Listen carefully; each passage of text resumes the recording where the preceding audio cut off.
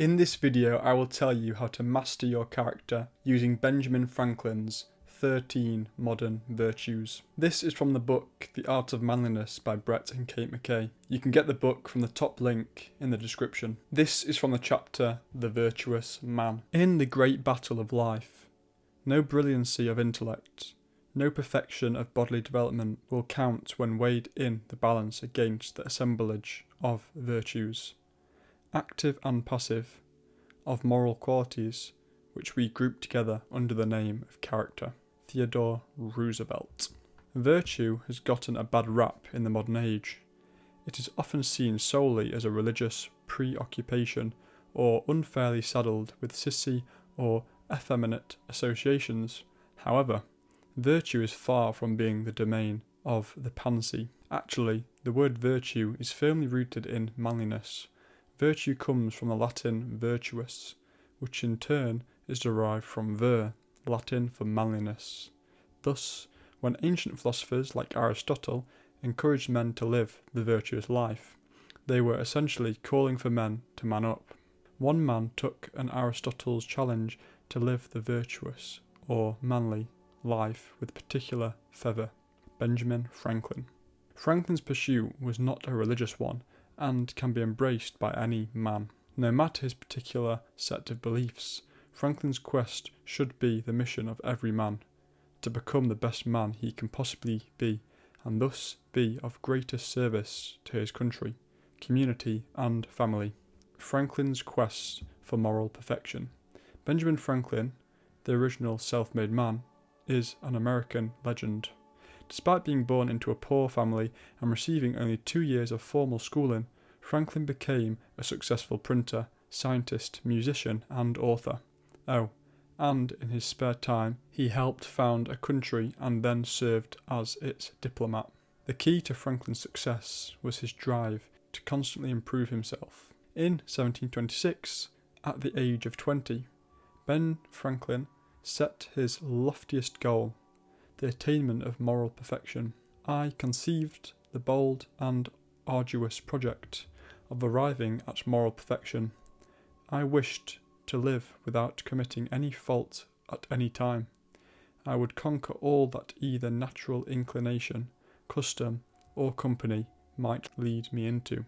In order to accomplish his goal, Franklin developed and committed himself to a personal improvement program that consisted of living 13 virtues.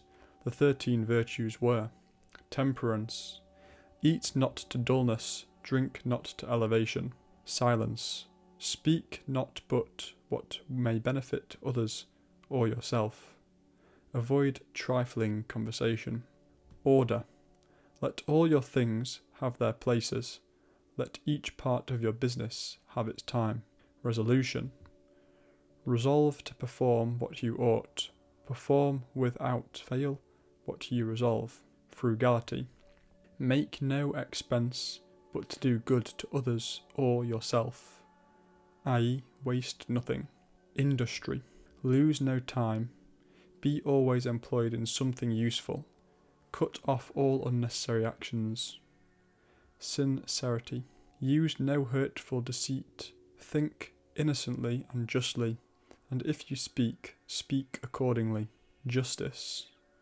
wrong none by doing injuries, or omitting the benefits that are your duty; moderation, avoid extremes, forbear resenting injuries so much as you think they deserve; cleanliness, tolerate no uncleanliness in body, clothes, or habitation; tranquillity, be not disturbed at trifles or at accidents, common or unavoidable; chastity, rarely use venery but for health or offspring, never to dullness, weakness, or the injury of your own or another's peace or reputation; humility, imitate Jesus and Socrates. In order to keep track of his adherence to these virtues, Franklin carried a small book of 13 charts.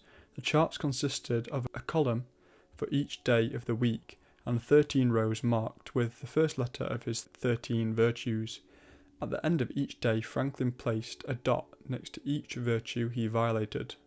The goal was to minimise the number of marks, thus indicating a clean life, free of vice.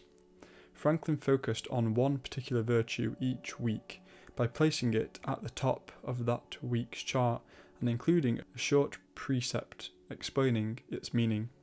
After he had moved through all 13 virtues, he'd start the process over again. Now I'll put the photo on screen of the chart. Lose no time.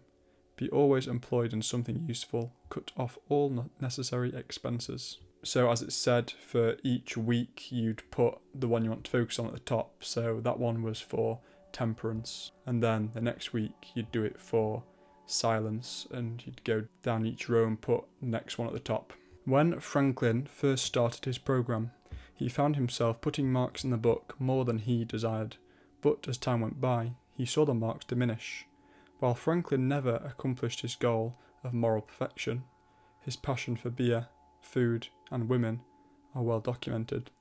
He found that simply making the attempt was reward enough. Though I never arrived at the perfection I had been so ambitious of obtaining, but fell far short of it, yet I was, by the endeavour, a better and a happier man than I otherwise should have been if I had not attempted it. Thank you for watching. Please like if you learnt something, and subscribe to keep learning.